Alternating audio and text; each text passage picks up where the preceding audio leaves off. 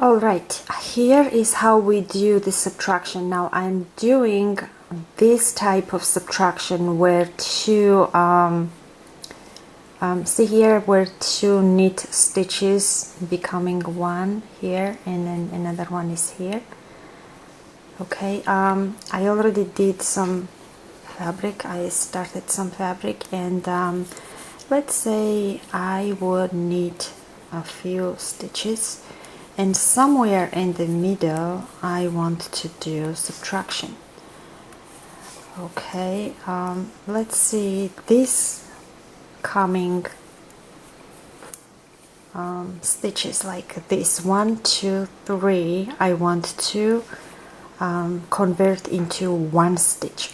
Now the specifics of brioche subtraction and addition are that in the middle you cannot do this without altering a pattern. That means that once you do here, once you subtract, these two like railroads or these two lines will submerge in one here too. So that means we altered the fabric. But later on I'll show you how you can become creative with this.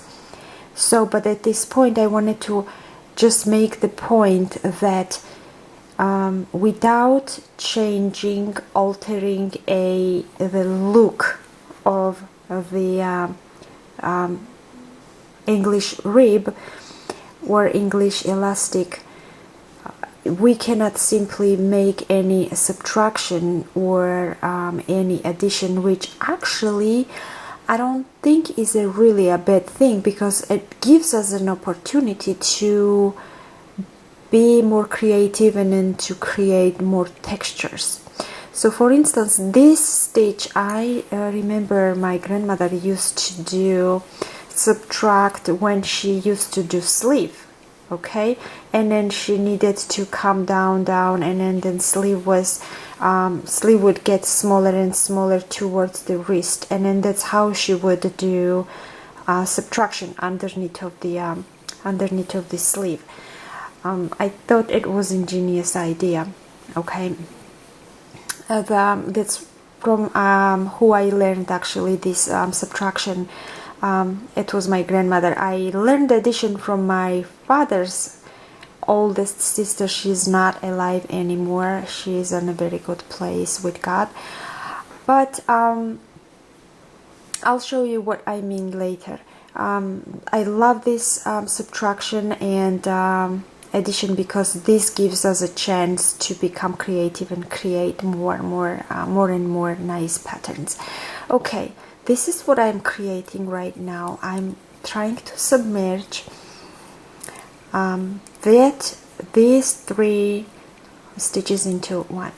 Now, because these, if I just simply knit this like one stitch, you see that is creating a big bulge, and it's not gonna look nice. Look.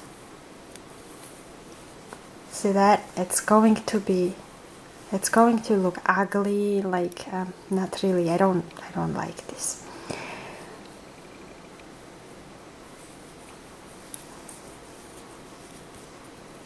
Okay, I'll go back to it and I'll show you what I would do.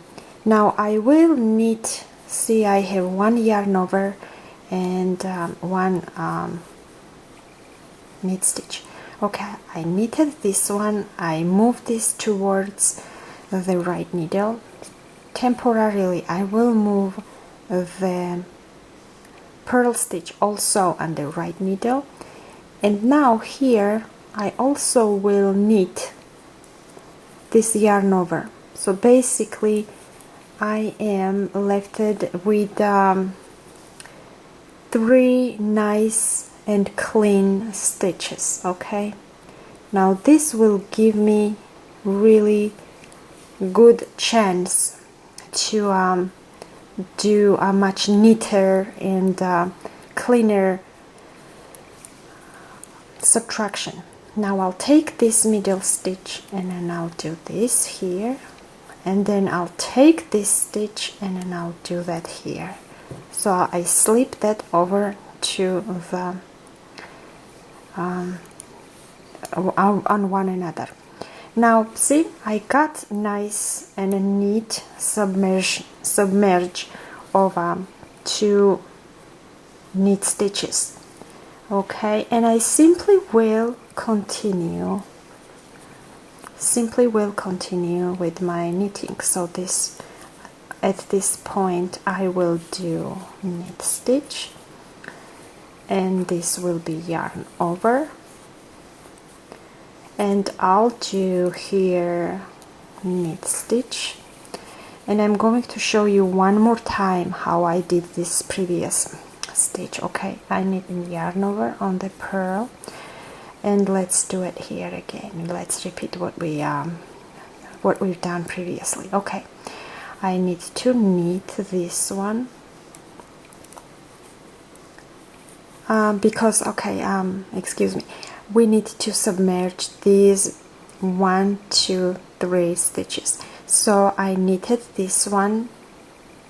I will remove this one on the right hand side, and here again I will knit this one.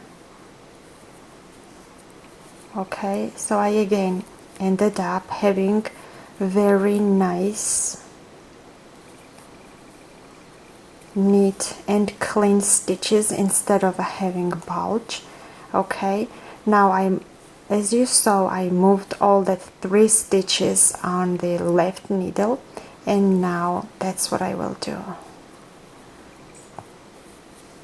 I will slip over this stitch on the other, and then I will slip over this stitch on another, and again I ended up with nice, tight, clean 1 stitch. Okay, and then I will just do knit stitch here, and we'll continue with yarn over and 1 knit stitch, and I will knit the side stitch. Okay, when you go and turn around and go at the back, simply knit as pattern requires. Okay, yarn over on the purl, and then knit both yarn over and knit stitch where you see the knit stitch. Here we knit the yarn over and just follow the pattern. It's pretty self-explanatory. Here you don't have to do anything else, just knit straight. Okay, and then let's take a look at what we have in the hand right now. Let me finish this row. Okay, here we have, okay, see, they merged, nice, smooth and neat. Okay,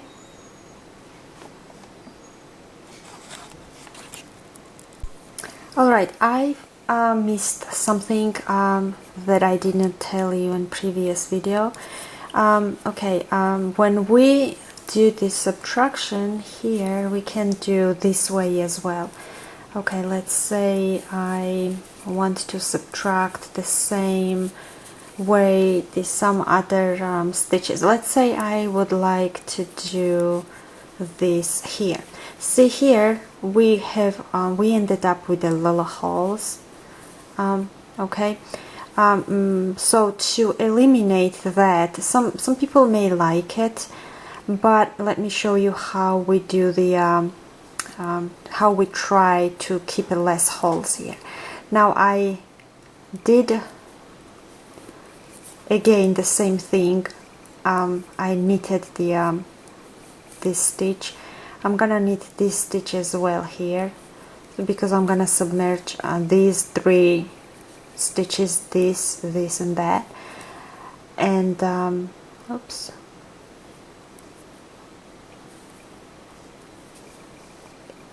okay, and simply do all the stitches in at once, like all stitches, knit all stitches all together. It's not easy, but I'm gonna try. Okay, I got it. And here we have, and here is lesser holes. It's gonna have a lesser holes here. It's a little bit more complicated, but doesn't leave as much of spaces here as this one, this technique did. Okay, and then I'll continue knitting simply here,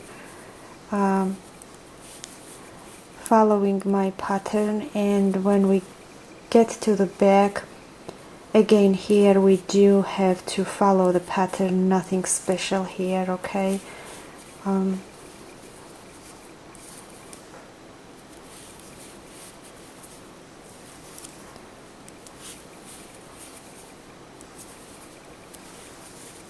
and let's see what happened to the other side. Okay, so this one left much lesser, space here. So just for you to know, there are two techniques. They have their pros and cons, and then this way you would know when you knit what and how, and then which one to use. It depends what you do. Sometimes people do lace, and they might like to have a little bit bigger openings here.